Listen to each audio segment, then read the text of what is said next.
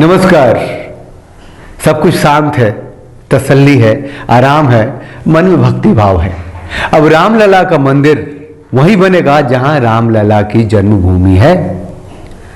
आज तीसरा दिन है, सुप्रीम कोर्ट ने अपना फैसला दे दिया है, लेकिन मैं आपको एक टाइमलाइन देना चाहता हूं, दिखाना चाहता हूं कि एक मंदिर को ध्वस्त कर जिस आक्रमणकारी बाबर के सेनापति मीर बांकी ने एक मस्जिद बनाई थी, तब से लेकर आज तक जो ये फैसला आया है, मंदिर बनाने का अधिकार मिलना क्या इतना आसान था? ये देखिए, एक टाइमलाइन देखिए और महसूस कीजिए कि हमने किस तरह यह अधिकार हासिल की कि रामलला की जन्मभूमि पर ही राम मंदिर बने। देखिए और महसूस कीजिए। 1528 में अयोध्या में दुर्दांत आक्रमणकारी हत्यारा मुगल शासक बाबर के सेनापति मीर बांकी ने मंदिर तोड़कर मस्जिद बनवाई थी, जिस कारण इसे बाबरी मस्जिद के नाम से जाना जाता था। 1853 में अंग्रेजों के शासनकाल में पहली बार अयोध्या में सांप्रदायिक दंगे हुए।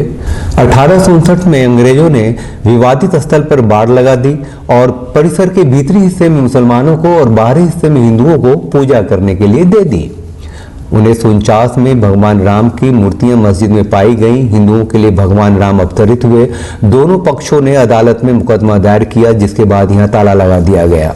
1984 में विश्व हिंदू परिषद के नेतृत्व में राम मंदिर का निर्माण करने के लिए एक समिति का गठन किया गया। 1986 में जिला मजिस्ट्रेट ने हिंदुओं को प्रार्थना करने के लिए विवादित मस्जिद के दरवाजे पर से ताला खोलने का आदेश दिया। मुसलमानों ने इसके विरोध में बाबरी मस्जिद संघर्ष समिति का गठन किया। विश्व हिंदू परिषद ने राम मंदिर निर्माण के लिए विवादित स्थल के नजदीक राम मंदिर की नींव रखी।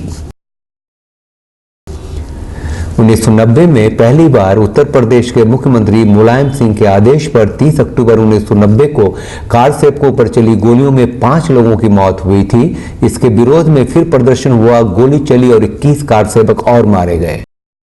कार सेवकों ने 6 दिसंबर को बाबरी मस्जिद को ध्वस्त कर दिया। इसके परिणाम स्वरूप देश भर में सांप्रदायिक दंगे भड़के। जनवरी 2002 में अयोध्या विवाद सुलझाने के लिए प्रधानमंत्री वाजपेयी ने अयोध्या समिति का गठन किया। फरवरी 2002 में विश्व हिंदू परिषद ने 15 मार्च से राम मंदिर निर्माण कार्य शुरू करने की घोषणा कर दी। अयोध्या से लौट रहे कार सेवक जिस रेलगाड़ी में यात्रा कर रहे थे, उस पर गोधरा में हमला हुआ। ट्रेन के डिब्बे में आग लगा दी गई। औरतों, बच्चों समेत 58 कार सेवक मारे गए। अप्रैल 2003 में इलाहाबाद हाईकोर्ट के निर्देश पर पुरातत्विक सर्वेक्षण विभाग ने विवादित स्थल की खुदाई शुरू की। जून महीने तक खुदाई चलने के बाद आई रिपोर्ट में कहा गया है कि उसमें मंदिर से मिलते जुलते अवशेष मिले हैं। अगस्त 2003 में भाजपा सरकार ने विश्व हिंदू परिषद के इस अनुरोध को ठुकराया कि राम मंदिर बनाने के लिए विशेष विधेयक लाया जाए। जनवरी 2005 में लाल कृष्ण आडवाणी को अयोध्या में 6 दिसंबर 1992 को बाबरी मस्जिद के विध्वंस में उनकी कथित भूमिका के मामले में अदालत में तलब किया गया। जुलाई 2005 में 5 हथियारबंद लश्कर-ए-तैयबा के चरमपंथियों ने विवादित परिसर पर हमला किया, जिसमें 5 चरमपंथियों सहित 6 लोग मारे गए। सितंबर 2010 में राम जन्मभूमि बाबरी मस्जिद विवाद पर सुनवाई पूरी हुई। हाई कोर्ट ने विवादित स्थल को 3 हिस्सों में बांटने का फैसला सुनाया। 2011 में हाई कोर्ट के फैसले को किसी ने नहीं माना। सुप्रीम कोर्ट ने हाई कोर्ट के फैसले पर स्टे लगा दिया। 26 फरवरी 2016 को विवादित भूमि पर राम मंदिर के निर्माण को लेकर सुब्रह्मण्यम स्वामी ने सुप्रीम कोर्ट में याचिका दायर की। 21 मार्च 2017 को सुप्रीम कोर्ट के मुख्य न्यायाधीश जे खेर ने कहा कि अयोध्या विवाद के मामले में आपसी बातचीत से सुलझा लेना चाहिए। 9 नवंबर 2019 को अयोध्या पर फैसला आया। सिद्ध होता है कि बाबरी मस्जिद की जगह ही राम का जन्म स्थान है, मंदिर वहीं बनेगा। मस्जिद बनाने के लिए 5 एकड़ जमीन सरकार देगी। जी हां, फैसला आ गया और जो दुखी हुए इस फैसला से वो दिखे नहीं, और जो खुशी से झूमना चाहते थे इस फैसले से, वो भी संयम में है। बहुत बड़ी बात है। इतना बड़ा देश और इतना बड़ा फैसला सबने माना। सबने माना। बात संतुष्ट होने या असंतुष्ट होने की नहीं है।